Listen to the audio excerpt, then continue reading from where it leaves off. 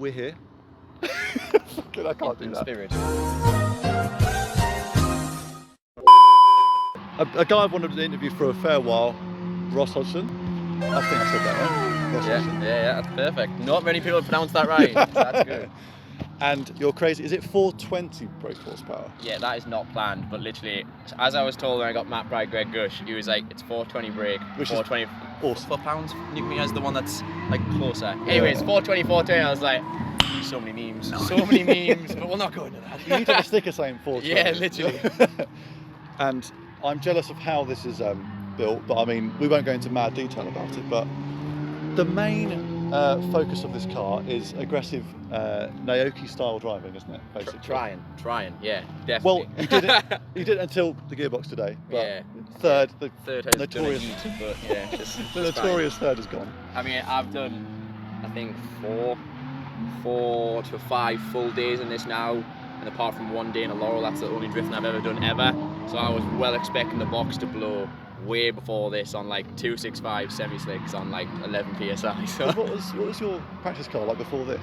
Was it like nothing? No, I never drifted. All I've done is when I was working at Power Vehicles, I had 2 days in a C33 Laurel with 2 psi in it and some knuckles. That's it. That's all I've ever done. So yeah. I mean, it was a steep learning curve to drive this. How many years?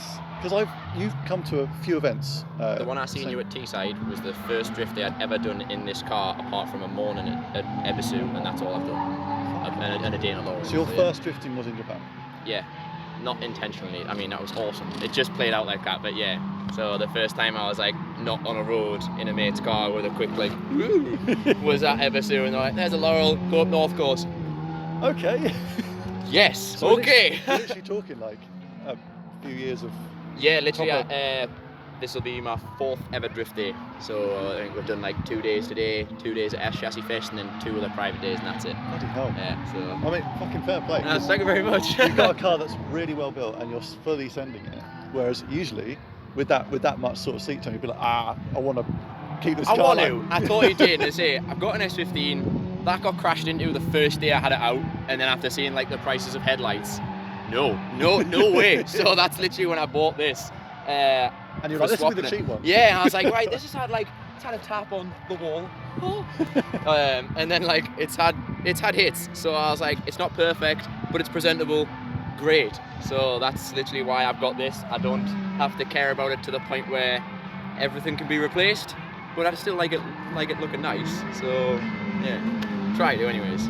What would you say is the mod that's made the most difference for you? Because I suppose if you've built it and not sort of progressed it over time, I suppose it was you a can't weird say one. Like I've built a couple now after this, but just from sheer timing, I got this, and the reason why I bought it is it already had everything I wanted. So I've just made it into what I want now. So I redesigned the knuckles slightly. Okay, so not your own. Yeah. Notched bottom arms, I made them by myself, and as well as moving the subframe to the last like 15 mil you can literally do, and but it takes like an extra half a day to do it. So I did all that, and then just going through things, like I sprayed the car, obviously. Biggest thing, I wouldn't say that made a difference apart from just general maintenance and looking after it, because it's a great car. It was just put together very badly, and a lot of people had touched it. Typical like S chassis stuff. Yeah, literally like working my way through of, okay, that's that owner, now I'll fix that owner, and going through it all. So 18s was the biggest one I wanted to do, so I'd say that's the biggest thing I've had to do. That will feel so different as well. Yeah, that's the only thing that I've done to the car that was a big difference, but to do it, it was like, while I'm in there, I've had like the whole from A-pillar forward rebuilt on the car, so like polybushes, everything, braced everything, doing all my own arms and stuff, and on tubs to get the wheels not to hit, and it's on like 25 mil arms, 9.5s and 50 mil spacers, so there's a lot of hitting in a lot of places, so it was a lot of Clarence, should we say, yeah. So underneath, there's quite a lot of hammering that's gone on. On the bulkhead, yeah. Bulkhead, like cut the seam back and pushed it in and everything, so it's got like back tubs as well as front tubs, so it doesn't hit. So yeah. You've done much more than, I mean, I've hammered mine to shit as well, but like nothing as far as it like the front bumper's cut, the side skirts are cut, everything. It's just all of the. Just want clearance. Well, the scrub radius, that's it, the thing, yeah. You want the wheel to go all the way over there, not yeah, do anything. exactly. That. I know we said off camera, but we'll say it for camera. Your driving inspiration, it doesn't have to be Japanese, but I mean... Yeah, no, I like Japanese stuff, obviously. More... It's better to watch. We were on about this before, like, it's really great to do the line. Yeah, I want to do a line, but it's way better to watch someone that looks just like giving it big licks and sideways, and like really, I'm a big fan of snappy, like really quick entries, because if you're just going, like, not to diss Americans, because there's obviously some phenomenal drifters, but the majority you see is drifting. Oh yeah, that's boring as boring as it's so boring to watch. Whereas if you look like some idiot that's going, it might hit the wall. Yes, in a car that you know is the same simple spec as exactly, you. Exactly. So yeah, I'd say Haraguchi just because idiot, but in the best way possible. And obviously Nakamura, but again, just couldn't give a shit. Which is what I want to seem like I'm driving this one, because like I am. I've obliterated that bumper more times than I can count now.